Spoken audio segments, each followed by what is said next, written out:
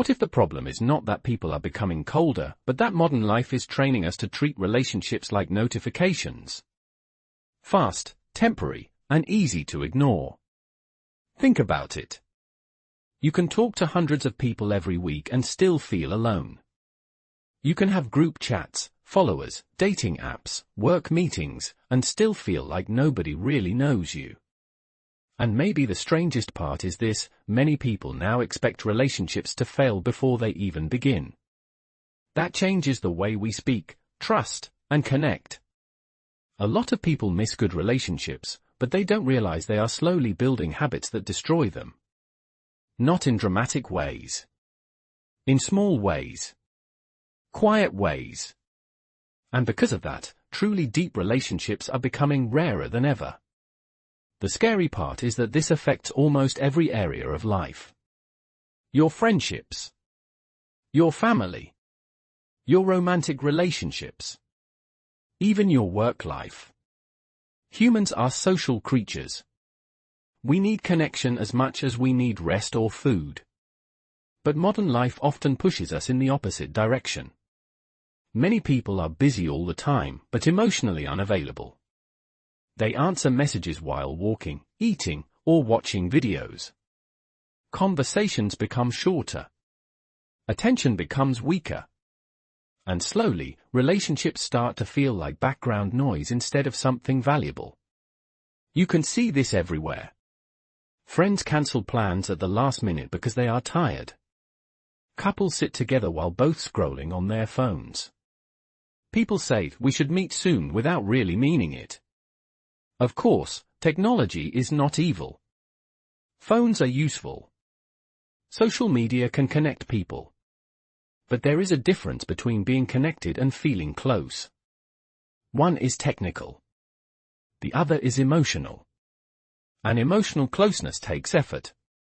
The first reason good relationships are getting rarer is simple: people are exhausted. Modern life makes many people feel like they are always behind. There is always more work, more news, more pressure, more comparison. Even free time can feel stressful. You open your phone to relax, and suddenly you see successful people, perfect couples, fitness videos, travel photos, and productivity advice. Your brain never rests. When people are mentally tired, they stop investing deeply in others. Not because they are bad people, but because emotional energy is limited. I remember talking to a friend who said something very honest. He told me, "I care about people, but at the end of the day I have nothing left to give." And I think many people secretly feel that way. Good relationships require patience, listening, presence, forgiveness. But tired people often choose convenience instead. It feels easier to stay home, avoid difficult conversations, or keep things shallow. The second reason is that people are becoming afraid of vulnerability. A strong relationship needs honesty. At some point, you must allow another person to see the real you. Your fears, weaknesses, insecurities, mistakes. But many people today are carefully managing their image all the time. Online, everyone looks confident and happy. Even ordinary people now feel pressure to appear successful. And when you spend years hiding your struggles, it becomes difficult to connect naturally. You stop saying what you really feel. Imagine two friends meeting for coffee. One is having a hard time, feeling anxious and lonely. But instead of saying that, he smiles and says, "Yeah, everything's good." The other person does the same. So both leave the conversation still feeling alone. This happens every day. Real closeness often begins with uncomfortable honesty. Sometimes the strongest sentence in a relationship is simply, "I'm not okay." But vulnerability feels risky. People worry about rejection. They worry about looking weak. So they stay guarded. And guarded people can have many interactions without ever feeling truly connected. The third reason is that modern culture teaches people to replace instead of repair. When something becomes difficult, many people immediately think about moving on. new friend, new partner, new job, new city. There is always another option waiting online. Choice can be good, but endless choice can also make commitment weaker. Years ago, relationships often survived because people understood that conflict was normal. Today, some people see every disagreement as proof that the relationship is wrong. Of course, some relationships should end. Toxic situations are real. But many relationships are not destroyed by abuse or betrayal. They are destroyed by impatience.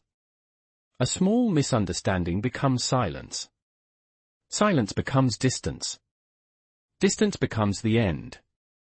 I once heard about an older married couple who had been together for over 40 years. Someone asked them the secret. The wife laughed and said, "We grew up in a time when people repaired things instead of throwing them away." That sentence stayed in my mind. Because relationships are not built by finding perfect people.